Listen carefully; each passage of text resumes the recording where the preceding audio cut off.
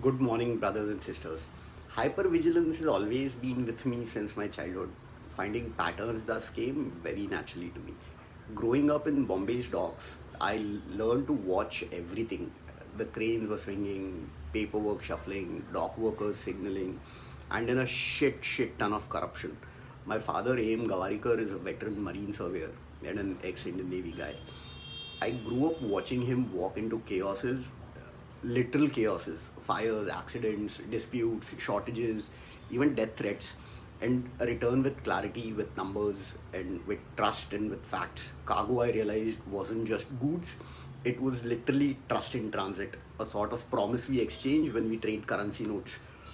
The year was 1996. I was barely 15 when my classmates enjoyed summer and Diwali vacations. I worked as a tally clerk in Bombay docks.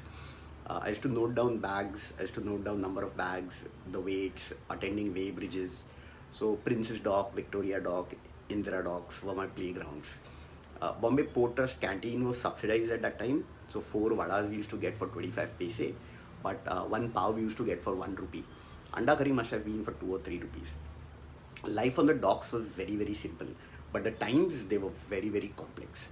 Cargo thefts and tracer rackets were bleeding crores, and the corruption in shortages with liquid bulk was extreme. At Karnak Bandar, I thought I was just watching cargo move, but I was really watching the world. The diesel and the salt air in the air smells, cranes clanging, seagulls circling, the eerie pause before the shift roar back to life. Then the mafia whispers decided which trucks rolled, and 20-30 metric ton steel coils vanished like ghosts. Maybe my hyper alertness came from my father again. In 1985, 5 or 6 people stormed into his office. One smashed the glass door. My father picked up a metal chair, fought them off, broke his own finger, blood everywhere, and still he just took a bus home before going to the hospital. That is the kind of Indian Navy grit I have inherited, and probably that is the bar that has been set up for me. Years later, my friends today they call me cargo monk, not because I work in cargo or that I meditate a lot, but because even when single mods were offered, I have stayed true to the old monk and pirate in me. It reminds me where I've come from. It's the life is authentic and there was nothing but fight.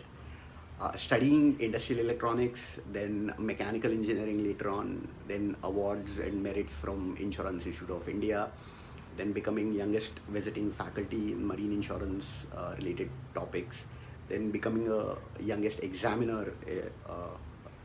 Then in 2009, I started a small group to share knowledge and case studies. In 2010, when I joined Rotary International, we shaped it in a sort of fellowship. And thanks to that, today we have friends and colleagues from Argentina to Sri Lanka and across 30 plus countries. And along the way, some of the top voices of the industry have mentored me. Today, that seed has grown into 32,000 plus professionals on LinkedIn and 1,000 plus active members on WhatsApp. The Marine Insurance Claims Tribe. Brokers, corporates, surveyors, students, all exchanging insights, case studies, and building trust. But community alone isn't enough, right? Every year, India sees 4.8 lakh road crashes, 1.7 lakh deaths, 3.5 lakh cargo claims worth 4,000 crores, and plus the thefts, it goes 11,000 crores. Globally, theft averages $200,000 per incident. This isn't random. Losses follow patterns by driver, by vehicle, by conveyance, by carrier, by city, by season, by market conditions, political storms, corruption, transparencies, by conditions and warranties. And unlike astrology that just gives you horoscopes, we map horoscopes, data driven risk charts for every account.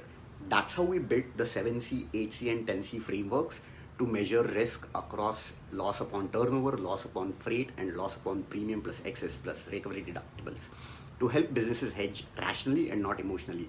Last year alone, we've worked with 20 plus MNCs to help them reduce their loss ratios.